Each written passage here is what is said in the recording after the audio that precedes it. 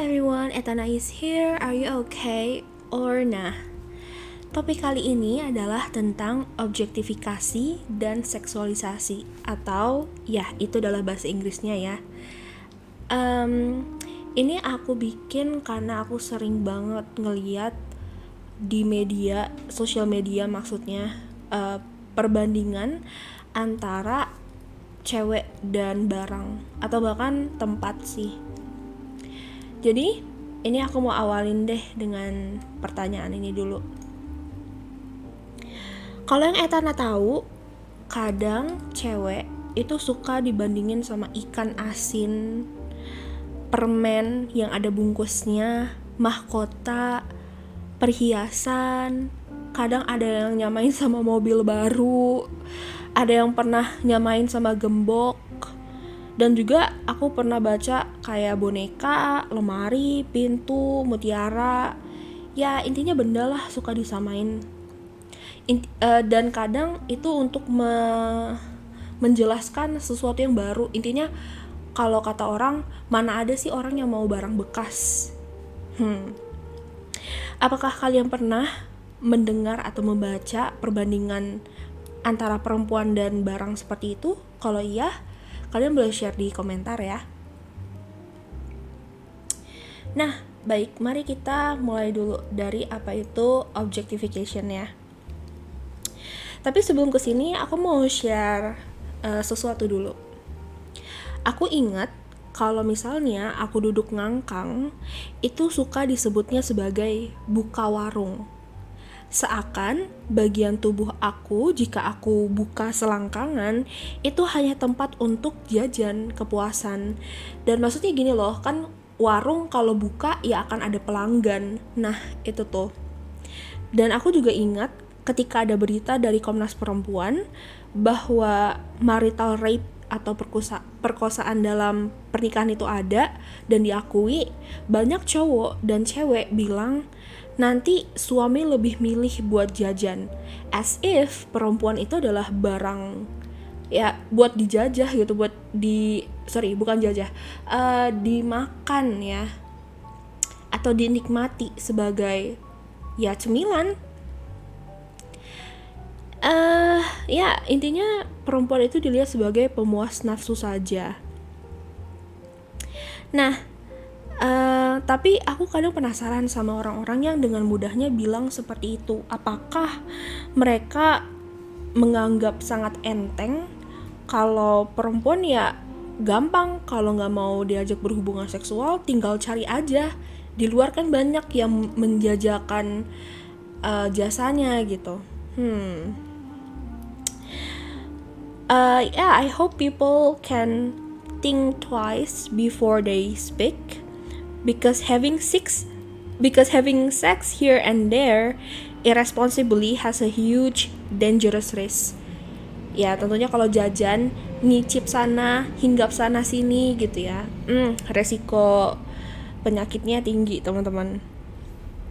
Dan I wonder why, kenapa mereka nggak malu gitu untuk berpikir sependek itu.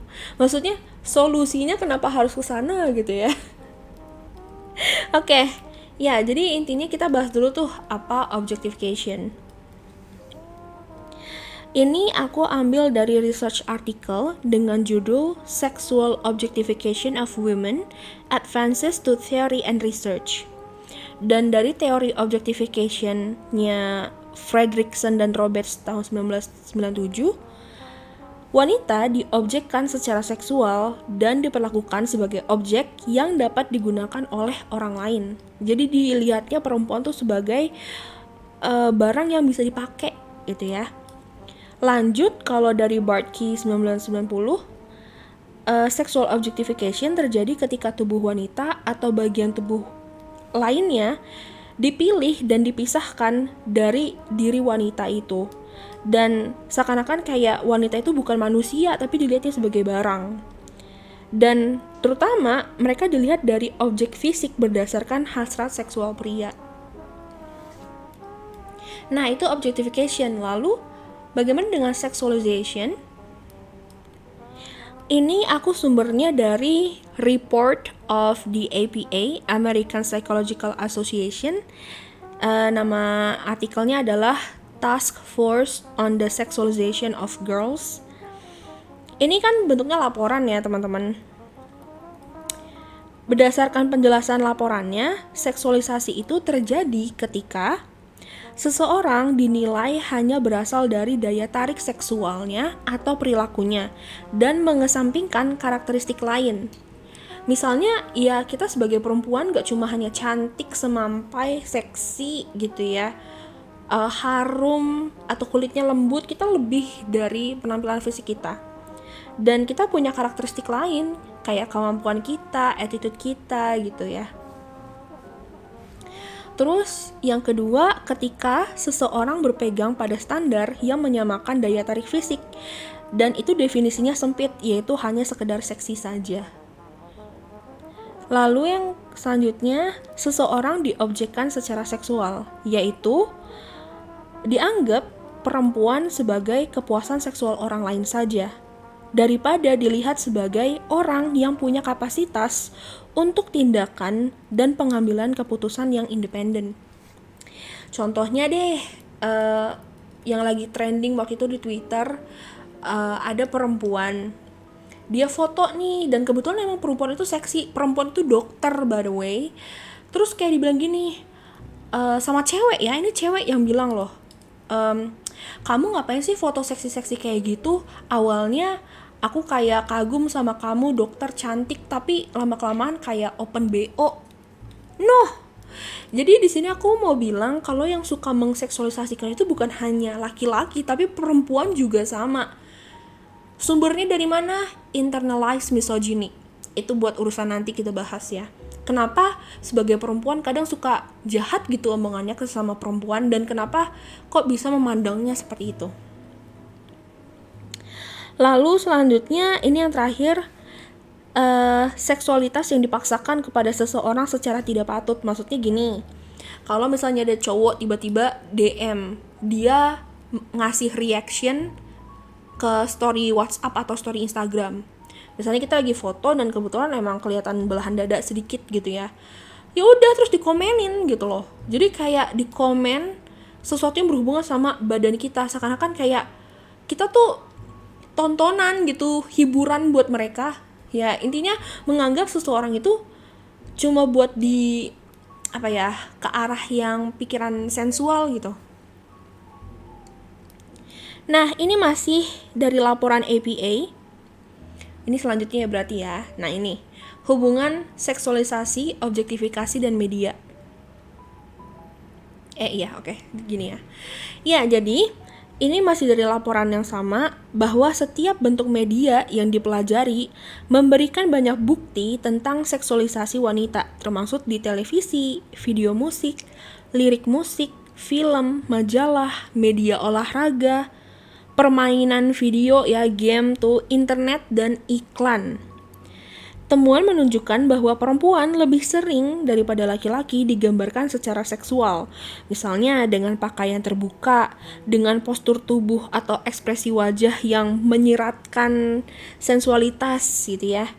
Dan juga mereka diobjektifikasi, misalnya digunakan sebagai objek dekoratif. Ini nih, sorry to say ya, kadang aku juga ngeliat sih ini ada di talk show, terutama di TV Indonesia. Jadi cewek cantik nemenin hostnya yang cowok, ya udah dia jadi kayak pajangan aja di situ. Dia jadi kayak nemenin si host utamanya dan jadi kayak pajangan aja. Ya kalau ngomongnya tuh ala kadarnya gitu loh, jadi kayak buat perias. Iya gitulah. Kayak buat edition aja. Nah itu. Atau mungkin ini sering ada di video klip. Ya enggak sih? Ya contohnya penggunaan model gitu yang hot, yang wow, amazing, buat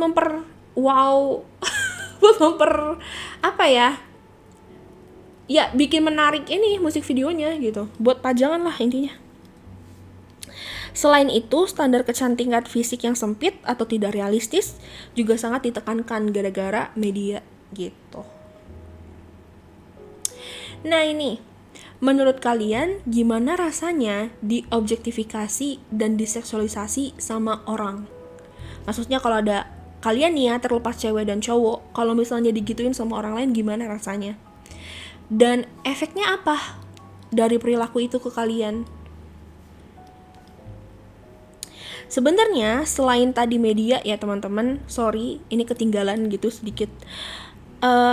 Pesan sosial itu juga berkontribusi pada seksualisasi cewek yang datang tidak hanya dari media tadi, tapi juga berhubungan sama interpersonal perempuan. Nah, gara-gara media dan hubungan interpersonal, kadang muncul yang namanya self-objectification. Jadi, bukan hanya orang lain yang melakukan itu, tapi juga bisa datang dari diri sendiri, mengobjektifikasikan diri sendiri. Perempuan pada tingkat yang berbeda kadang suka menginternalisasi atau kayak memasukkan pandangan orang luar ini dan mulai melakukannya ke diri sendiri. Mereka memperlakukan diri sendiri sebagai objek yang harus dilihat dan dievaluasi berdasarkan penampilan. Ya, ini kadang makanya cewek atau cowok juga bisa insecure ya gara-gara itu, self-objectification, menganggap kalau tampilan luar itu sangat penting biar dapat harga atau nilai. Tapi kan itu dari laporan tahun 2007 ya, menurut kalian masih relevan gak sampai sekarang? Kalau menurut Etana masih sih. Oh ya, balik ke sini nih ya, gimana rasanya kalau diobjektifikasi atau seksualisasi? Sebenarnya Etana sendiri punya pengalaman tentang hal ini. Tapi aku bakalan skip aja ya. It's a personal story. Mungkin aku bakalan share di tempat lain, oke? Tentang pengalaman diobjektifikasi atau diseksualisasiin, oke? Nah, sebenarnya ini ada konsekuensi dari objektifikasi. Bentar, aku scroll down dulu. Nah, ini efek dari objektifikasi dan seksualisasi. Menurut Fredrickson dan Roberts, menyimpulkan bahwa objektifikasi diri itu bisa meningkatkan kecemasan wanita tentang penampilan fisik. Yaitu, misalnya, takut kapan dan bagaimana tubuh seseorang akan dilihat dan dievaluasi. Terus, yang kedua, mengurangi peluang adanya motivasi diri. Jadi kayak self-esteemnya jatuh atau turun, atau mungkin dia sangat self-aware tapi tentang hal yang negatif aja dari dirinya. Bisa berkurang juga tuh yang namanya self-compassion ya, jadi kayak kurang suka sama diri sendiri dan tubuh sendiri. Itu berhubungan juga tuh sama body image. Nah kan, berhubungan emang. Terus berkurangnya kesadaran sensasi tubuh internal, misalnya mereka suka sengaja kelaparan atau menurunnya gairah seksual, atau juga mengalami kontraksi perut ya karena sakit lah gak makan. Terus meningkatkan peluang perempuan untuk malu akan tubuh sendiri. Ya tadi tentang body image ya. Terus abis itu meningkatkan kecemasan perempuan tentang keselamatan fisik. Misal kayak mereka khawatir bakalan dilecehkan, khawatir akan diperkosa, khawatir akan disakiti hanya karena dirinya ya gimana gitu, entah tubuhnya bagus atau kurang bagus gitu ya.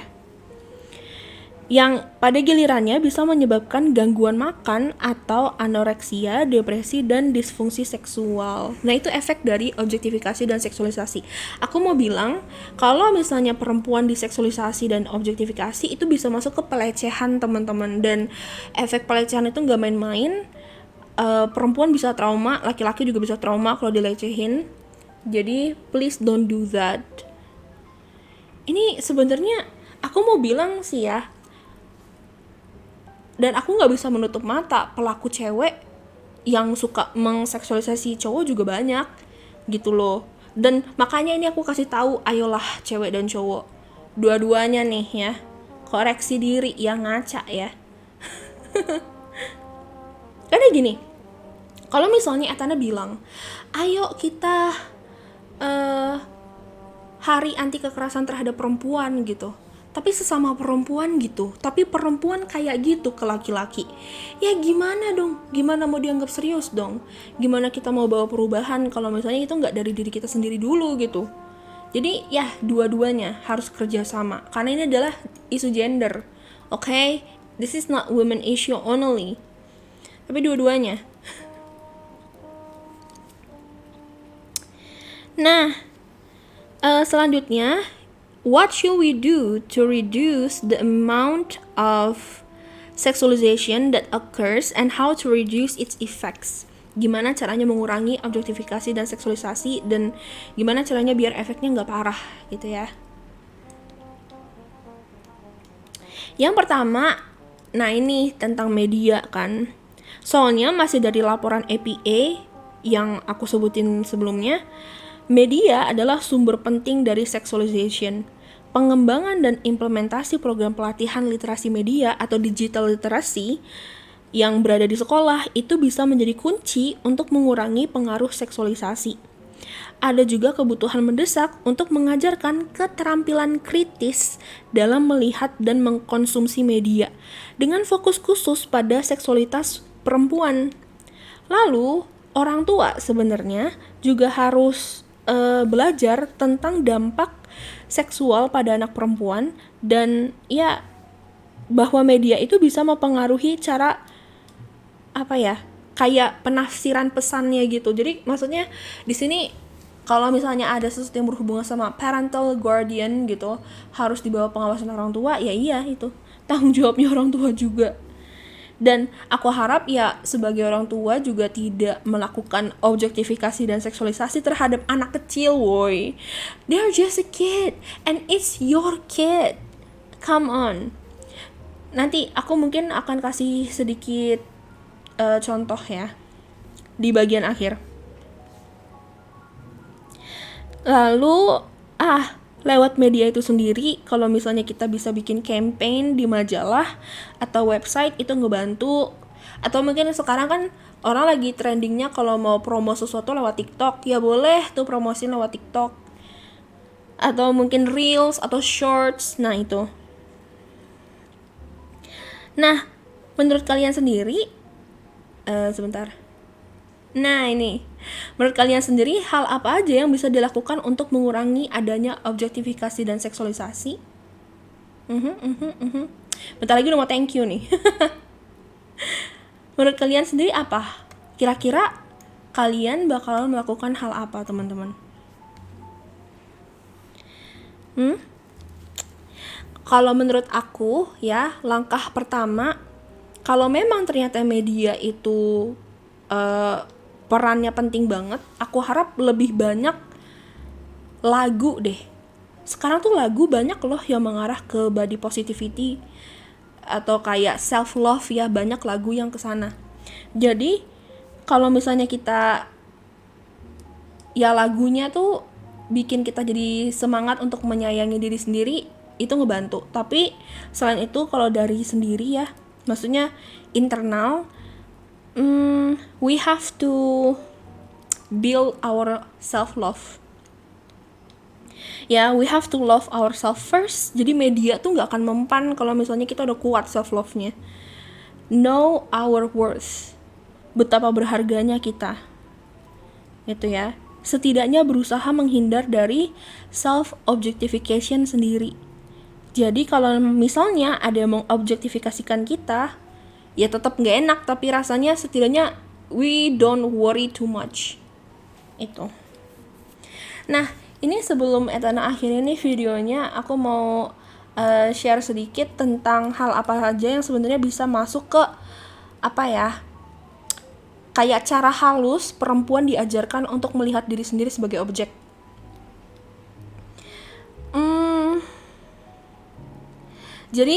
Jadi teman-teman, tadi kan aku bilang di keluarga ya. Ini aja deh, dari keluarga suka ngomenin badan. Misalnya, badannya kayak karung beras. Badannya kayak beruang, badannya kayak gajah. Itu ke perempuan loh, ya. Ke laki-laki juga kayak gitu. Misalnya kalau ngelihat ada anak kecil chubby gitu ya, atau ngegemesin, tapi ya mereka disamain kayak barang. kayak babon lah, atau kayak bola lah gitu, atau misalnya kamu jangan gemuk-gemuk nanti ngegelinding gitu ya. Atau mungkin kalau misalnya anak kecil yang namanya juga lagi masa tumbuh, dia punya lipatan tubuh, terus dilihat kayak kayak perut jelly misalnya kayak gitu ya teman-teman. Jadi dalam keluarga kayak gitu. Terus ada juga nih misalnya ketika ada komentar yang ngelihatnya kalau udah tumbuh dewasa, itu ada komentar, kamu jangan kayak gitu penampilannya, nanti kamu nggak laku itu buat barang teman-teman ya. Ketika kalian bisa bersama pasangan, maksudnya punya pasangan, dan ketika kalian nanti punya istri atau suami, ya itu bukan laku sebutannya ya. Intinya kurangilah sebutan yang seakan-akan kita tuh barang kalau misalnya bisa sama orang lain dan dipilih sama orang lain gitu, atau dilirik sama orang lain. Nah, itulah cara-cara sederhana kita memperhalus, dan itu bikin kita ngelihat diri sendiri sebagai objek. Sebenarnya masih banyak sih, ada 9. Kalau misalnya kalian mau lihat artikelnya, itu ada dari thebustle.com. Nama artikelnya 9 Subtle Ways Women Are Thought to View Themselves as Objects. Nah itu. Dan itu bisa sambil refleksi. Aku pernah mengobjektifikasi diri sendiri gak ya? Aku pernah objektifikasi orang lain gak ya? Ya, itu aja teman-teman. Thank you so much for watching. Aku mau sedikit reminder, ini aku masih open donation buat reach my goal, so that I can share my profits buat teman-teman yang lain gitu. Maksudnya buat mereka yang mengalami korban kekerasan, entah itu anak perempuan atau anak-anak ya. Anak laki-laki juga bisa termasuk sih. So, thank you so much teman-teman. I see you again di video selanjutnya. Bye-bye.